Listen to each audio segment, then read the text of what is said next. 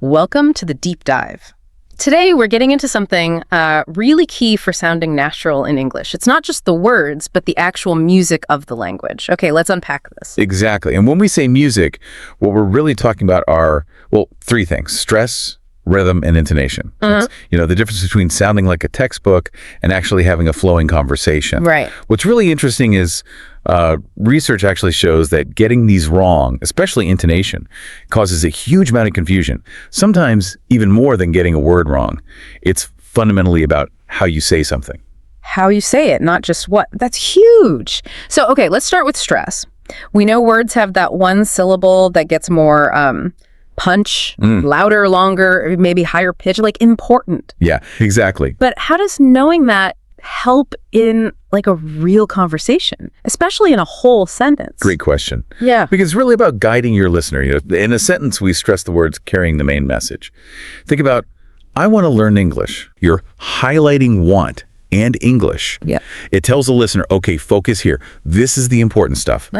Without that stress, things can sound a bit flat, maybe unclear, harder to catch the main point quickly. Got it. It's like bolding words when you write. Okay, so then there's rhythm. English is called stress-timed, right? Meaning the beat comes from those stressed words. That's right. And the little words in between just get sort of rushed over. Precisely. It creates this characteristic beat. Yeah. Like dogs eat bones and cats drink milk. Hear that?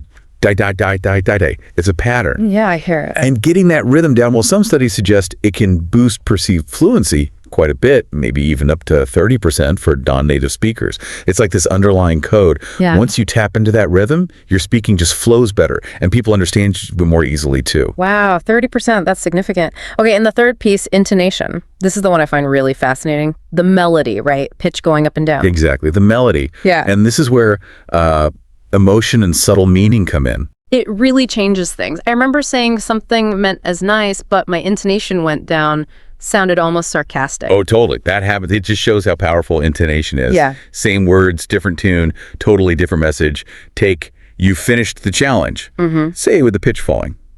You finished the challenge. That's just a statement. Okay. But pitch rises. You finished the challenge. Now it's a question, maybe surprise. Right. Or really emphasize it, high pitch. Finish the challenge. That's excitement.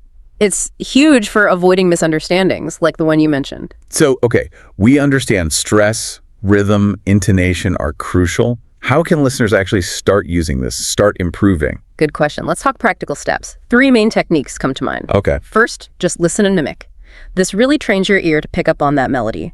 Don't just repeat words, copy the sound, the rise and fall. Like a short phrase, I'm really excited to learn. Try to match that upward lift. Copying the music itself. Makes sense. Then there's shadowing. This one's powerful. It's like singing along to a song, but with speech. You speak along with a native speaker recording, trying to match their exact pace, their rhythm, their intonation, pretty much in real time. It trains your mouth and ears together. Like building muscle memory for speaking. And the last one, you mentioned comparison. Yes, recording compare. This is maybe the most important for self-awareness.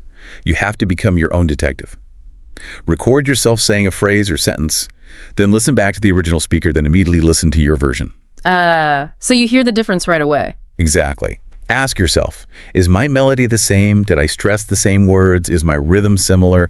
Noticing those differences, that's the absolute first step to making progress. It's where those aha moments happen. I mean, how can you fix something if you don't really hear it first, right? Right, you need that feedback loop. Okay, so the mission for you, the listener, is clear. Start paying attention to the music. Yeah. Really focus on stress, rhythm, intonation. It's about building those physical speaking skills, training your mouth and ears. Absolutely.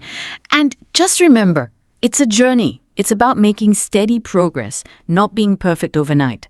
Mastering this music of English, though, it's a huge leap towards feeling fluent, feeling confident, and thinking bigger picture.